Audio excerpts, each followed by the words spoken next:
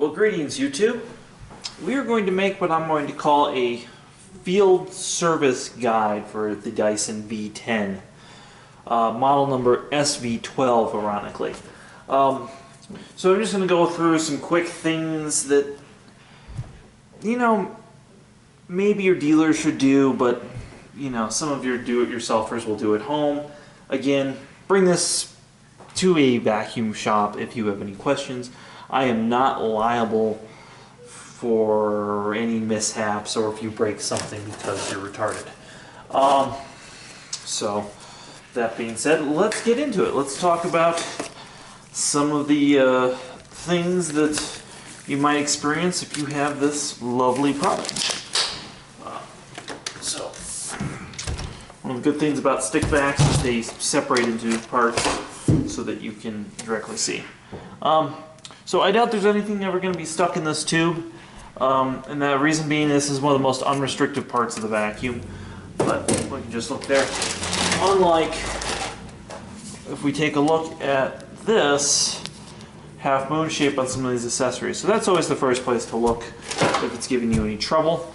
We're going to talk about the cleaner head in a minute, but I want to go ahead and get into this thing because this is definitely some place you're going to need to clean maybe regularly. So we're going to set this down.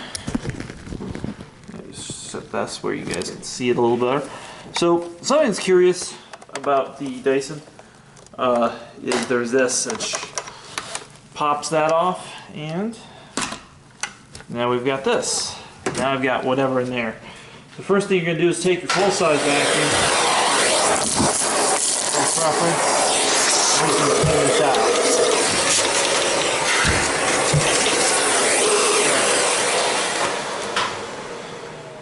So, some of the places you're going to want to look when maintaining this product, particularly, is going to be right here. You're going to see a lot of stuff. It's going to get stuck in here. It's a very tight bend. It's very strange that they did that. That's because the stuff goes in here, and then you have its tight bend here. So that's some place to look at. I just wanted to illustrate with a flashlight what this looks like in here, and give you an idea how to look for it. Next thing is you always want to keep the screen of any cyclone clean. This stuff will build up. Dyson put this nice wiper thing in here, and I think that's actually a huge improvement on the product. So the next thing is I found after several uses that this filter stayed relatively clean. What's tricky about this is your HEPA filter and your cotton washable filter are one, and they want you to wash both of them. There's a lot of problems with that. First of all, bigger debris is going to be moving down from this filter, fucking up that filter. So what you're going to want to end up doing is either putting a cap or something in there to try and block it, or cleaning this out with compressed air outside with the dust mask on, or maybe using a different vacuum as much as possible. I'm going to say normally I would tell people to wash their filters after every use. I'm going to say with this particular one, clean it out other ways if you can, and definitely plan on replacing it because it probably won't take but 1 or 2 washings before this HEPA filter is completely full of water, minerals, and whatever other stuff from this filter that's gotten stuck in the HEPA filter. So, kind of the next thing about this is you can see on here, we can see, or maybe you can't see, but there is some foam stuck in between here. What that is that's a muffler. I doubt any much dust will build up on it, but it's something to keep an eye on as well in terms of performance. So we're actually going to break this down a little bit further here. Alright, so we're going to break this down. So pull this off like you're emptying it, and then when you do this, you'll notice that there's this little arrow here. And this arrow is a tab. You're going to push on him. Be careful because this is all delicate Chinesium right here, so careful. I wouldn't put this in the dishwasher with as many different materials as this is. but I would say this is safe to hand wash. So we'll do that here in a minute. So looking at the rest of the cyclone, you want to make sure dust and debris doesn't get stuck in here. That's definitely could be a problem in the future.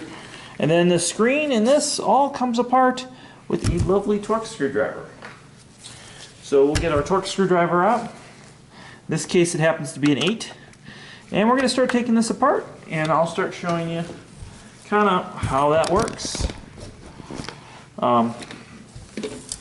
Unfortunately, when you're working with a Torx 8, I don't recommend using a drill to put it back. You can use one to take it off if you use a slow enough speed. The problem with using a drill on this kind of chintzy plastic is that it basically can melt the plastic, pulling it in or out. So that's why you're going to see me using my PB tools. And if you're not familiar with PB Swiss tools, go Google them to pull this apart. Now this thing is still pretty dirty as I'm pulling this apart. I'm going to go ahead and just clean this off real quick.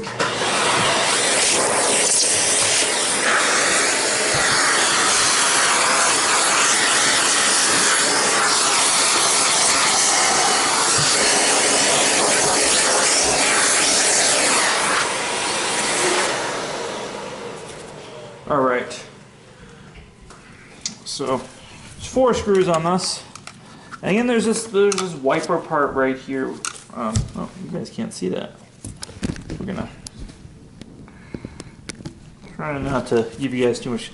There's this wiper part right here. That's gonna be delicate.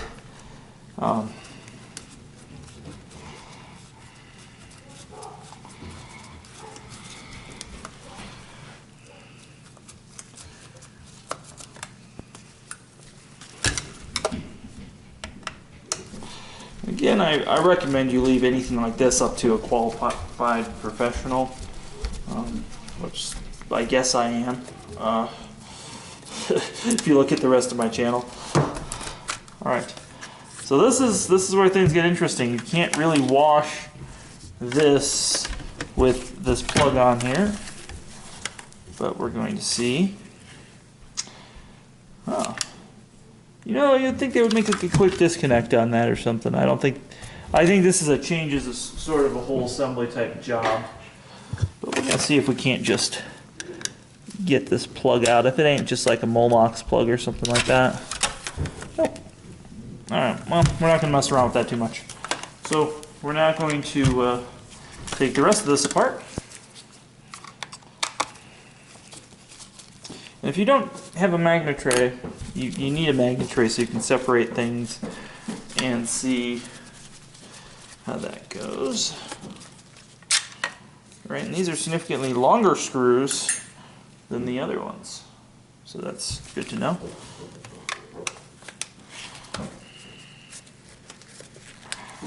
Curious to see what's in here. This comes apart just like a lot of the other Dyson products. But a lot of these internal parts are not replaceable by themselves and never were intended to be, so you can't expect if one of these parts breaks, you don't just have to buy a whole new unit. Just like previous generations, this is all one motor unit. These are all under warranty, so I suspect anybody should be bringing it to their authorized dealer or calling Dyson, having them ship them a new one, or whatever it is Dyson does these days.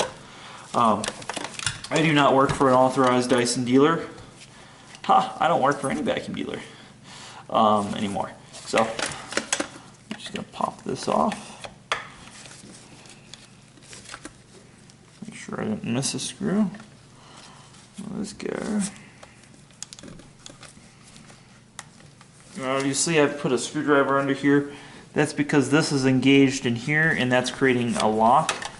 So what I'm doing is just ever so slightly just bending it so it gets over the lip here.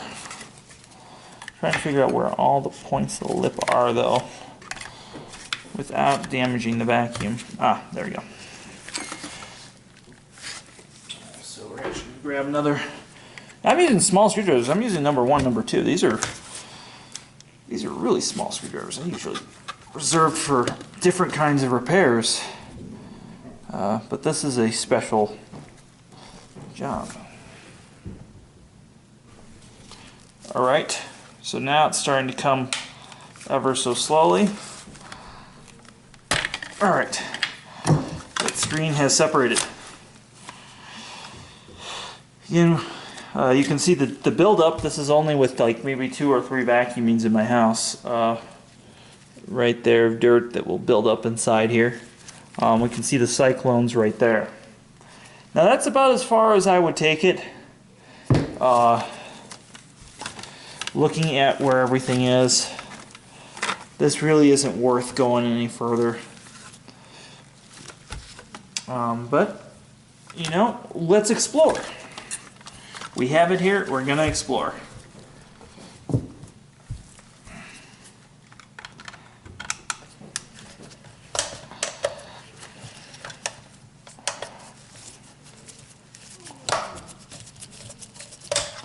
Curious to see how long these are. This is just a weird thing to have to take apart. Almost, but inevitably with any Dyson, these cyclone seals will break because they're going to rub up against everything. The other thing can happen is that you'd want to take this apart to wash it. Oh good, these are using the same kind of long screws. Is that these cyclones can get kind of an odor. So the best way to deodorize these cyclones if an odor does build up is to, again, wash them or replace them. I've seen repair shops where they don't even wash them, they just replace your cyclones.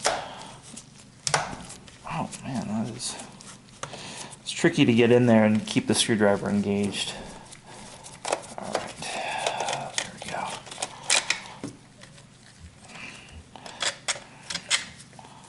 Apologize if this is boring for you folks, because this is definitely...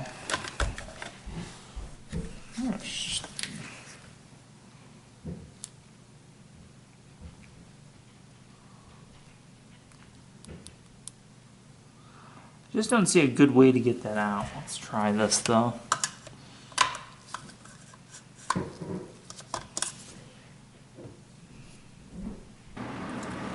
Alright, so a tip when you see dice with Dysons, and how I got this off, I want to just explain to you.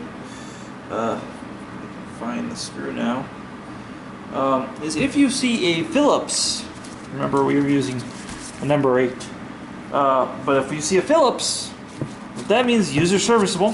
Take these 2 Phillips off, this whole thing slides off. Now we have the motor, which is its own unit. It has a filter sensor. We'll talk about this later. So now we've got the cyclone completely apart, where it's serviceable. Now this would be changed as a whole assembly normally. But for your viewing pleasure, of course, I took it apart. You can see the cyclone seals. They're this cheap foam, kind of like what you pack something in, not what you would use for a cyclone. So I'm curious. Oh, the little center cyclone pack comes out. So that's about as far as we're going to be able to take this apart. So I'm going to go ahead and clean this up, and we'll be right back. All right. So now all this shit's all apart, we're going to show you how to take the battery pack off. Again, if you see the Phillips, it is a user serviceable or maintenance point for Dyson. Take this off. This is a Phillips number 0 that I'm using. So it used to be on the older models, you only took 2 screws out, and the first ones actually used to have a button, but I guess they found out that people were pressing the button accidentally and messing up the connection, so they did away with that. So wait, there's 3 Phillips. Put that there. That just slides out. Now, a dirty little secret with Dyson hand vacs is that the trigger is actually pressing this. So that trigger right here is actually actuating this little lever here So when you press that trigger, it's going down like that. Very, very strange. So now picking this up, this weighs hardly nothing. There's nothing in here almost. So that's how the battery pack gets dismantled. And something that's curious about this battery pack is it's got 4 connection points. So that's a little bit different from previous models. And yet we see the serial number right there. Kind of a cool thing. And that just slides and out there. So that's how you change the battery on this. So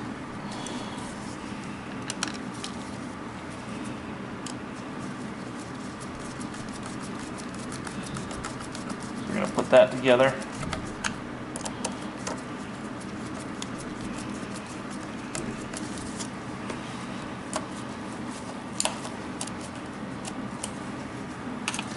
Man, I'm gonna try doing a number 1 on that. That might be the. Oh yeah. All right. So don't use a number 0. Use a number 1. Even though the screw looks like it should be a 0. And if you're wondering what numbers I'm talking about, screwdrivers are all numbered. At least in Europe. In the U.S., they tend to use fractions of an inch, but. Who's using fractions of an inch when they're trying to refer to screwdrivers?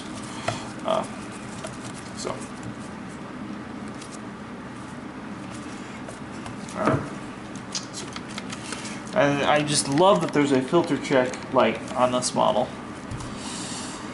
That's something Dyson's done away with a lot of things. They did away with after the DC-15. They wanted people to be able to use them without the filters to kind of shorten lifespan, I suspect. And cut manufacturing costs. Alright. So you see this little, you see the shape of this, it's eccentric, it only goes in there one way. And that's true with most Dyson stuff, is that it's pretty molded to go in one way, or the highway, as they say. He does not want to pop back in. The guy does not. I have him the right way and everything. Let's try popping him in. Yeah. I suspect he's held in. Yeah, he's in there. He's just... Alright, so this guy's going to be loose until you put this thing on. Again, eccentric, so you know which way everything goes. I suspect since these are made in Malaysia, that helps too, so that they're, you know, they're not going to have the most trained factory workers putting these things together. And checking the cyclone gasket. So this is really not meant to take apart, is what my conclusion is with this.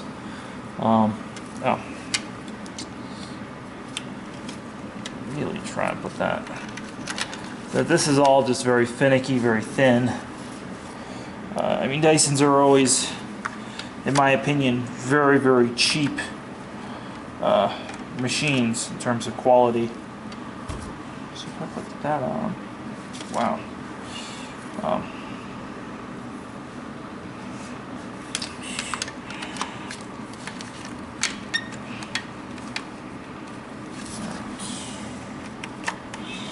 This is all just going to slide together. You just got to line up the power. So if you're wondering, I'm lining up this with this and this with that. That's all got to slide. Yep, nicely together. So now we're just going to reverse the order you saw me do it with all these screws. Remembering where the big ones went. Remembering where the Phillips went. Should be good.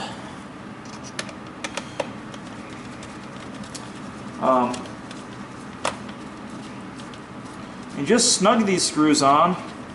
Again, do not use a drill. This is only the finest Malaysian plastic. And there we go. And that's what's nice about this PB tool set, is when the screwdrivers are actually set up so that you can really feel the torque per size of the screw head. So when it starts to go in and you start to feel the torque, you can feel the metal actually flexes.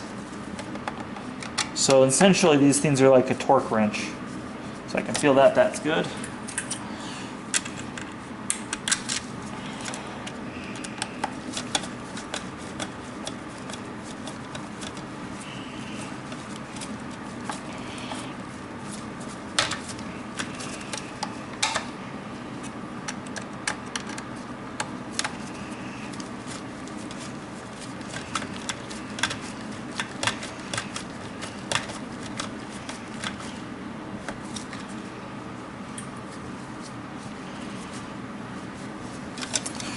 I want to give a big shout out to the Patreon supporters, and if you're not familiar with Patreon, go click the link below,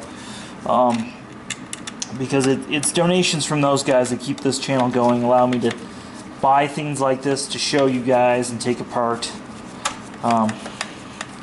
You know, I'm not sponsored by Dyson, I'm not sponsored by a vacuum store or anything like that. I just kind of want to pass down what I've learned over the years and keep it preserved. So that's what those Patreon supporters were really doing. I really thank those guys for doing that.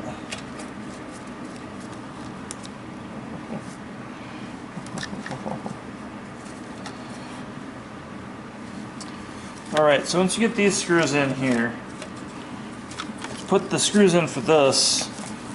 I don't know if you guys are going to be able to see this, but this thing has rails in it everywhere that things slide on. And that's kind of, there you can see one of the rails I'm talking about.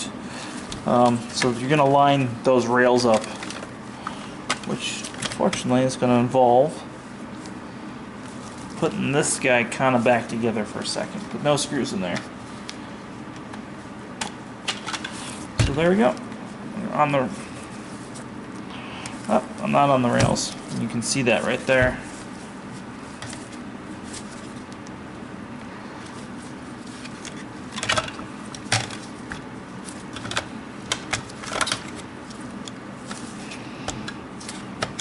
Alright, now we're on the rails, and we need to get this clicked over.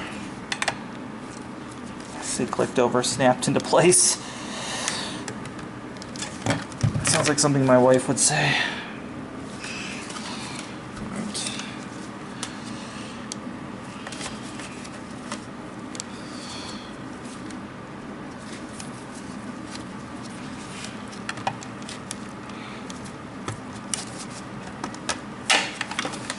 Just finesse it with the flat head.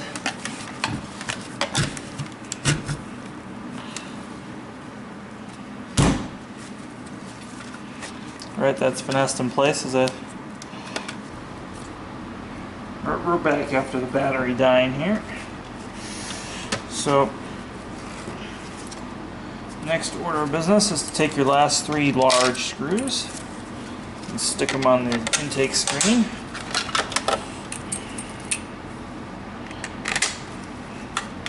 That's after you snap this in place. You know, of all the places that Dyson uses these cheap foam seals, this is some place where actually a foam seal would be most useful, and there's not one there. So there's an orifice right here that just fills up with dirt and debris.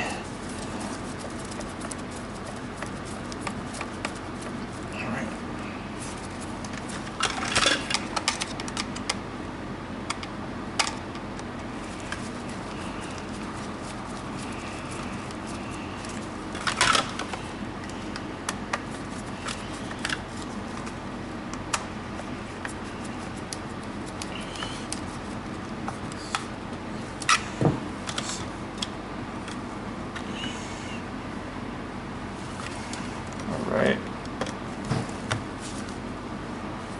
So now, there's a bunch of screws that all look the same, but they're not. Because a couple of these are Phillips. And those, we're going to separate over there. We'll show you those in a minute. First, we're going to go in the order of business of doing this.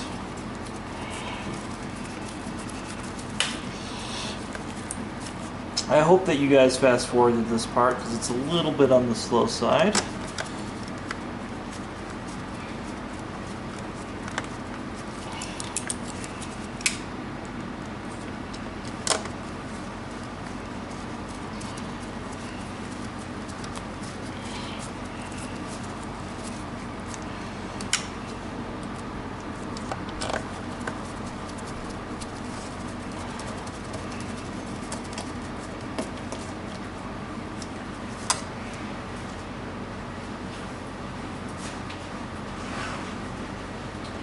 Now we're going to use some 409. Again, not an endorsement, just what I'm going to use for this. Windex would work too. Furniture polish would be okay for the gaskets, but not for the rest. Or back polish. I'm just going to wipe down this, get anything residual dust off this. The reason I'm doing this is just to kind of clean it. Normally I'd wash everything, but as stated before, I didn't really see a purpose. And this one's only been used a couple times, and the sole purpose of me buying this was to show you guys how to do this. Alright, so you can see some of the nasty black dirt that builds up in these cyclones. And this thing does have one screw and it will pop that ring out. Let's give that a try in just a second. I realized, and this is why my tray is good, is there are two Phillips that are going to go right there. So we want to just put those in place.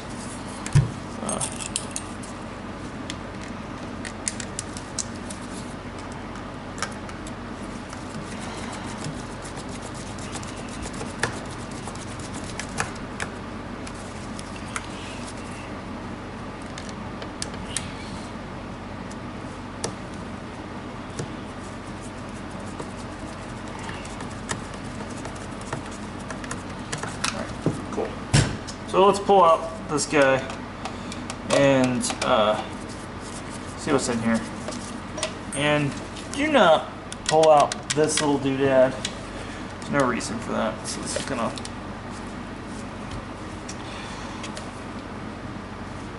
give it on this side. We're just gonna give it a little bit of a push.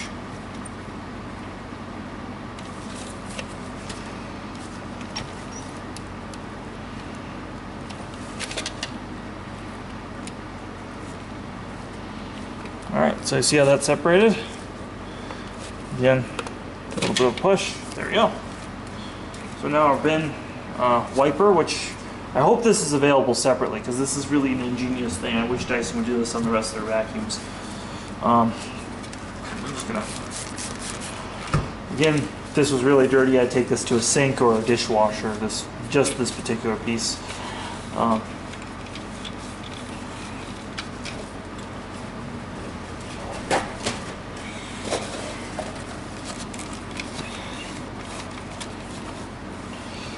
Just see the nastiness we're getting out of here. And if this was a little bit older, I'd probably put some polish in here, but again, I was only used twice for reasons of demo. So I think it didn't look like it's been used.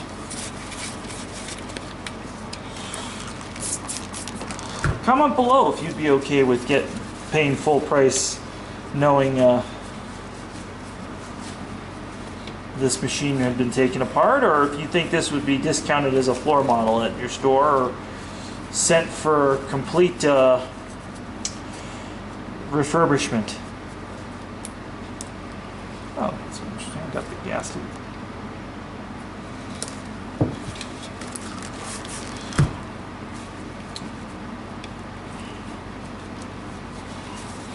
Just clean that off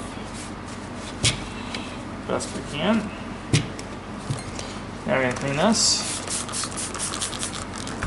Again, this is just plastic and rubber bits. It's perfectly okay to get this wet, or, you know.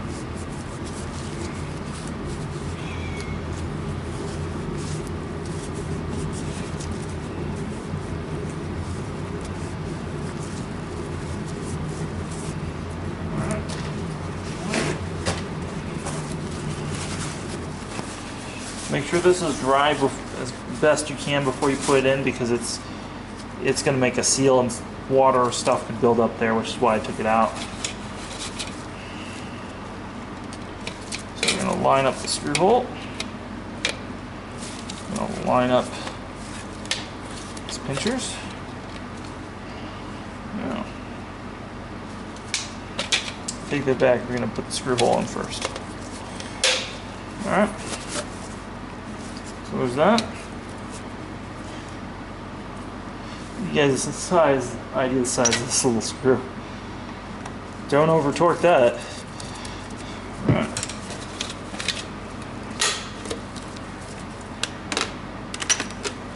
So I was talking about the rails everywhere in this machine. This is no exemption. There are rails here. And this is just going to slide into place, and then you're going to want to open it once you slide it into place to resettle this gasket. Alright.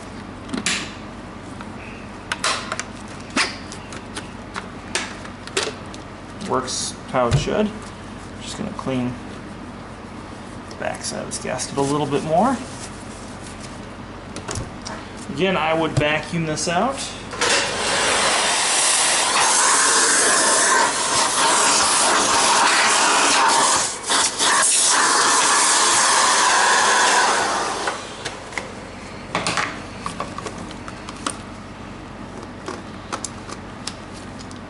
Twist that in.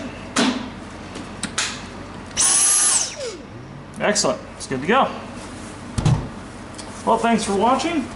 Please follow us on Instagram, and again, a big thank you to our Patreon supporters for making this video possible.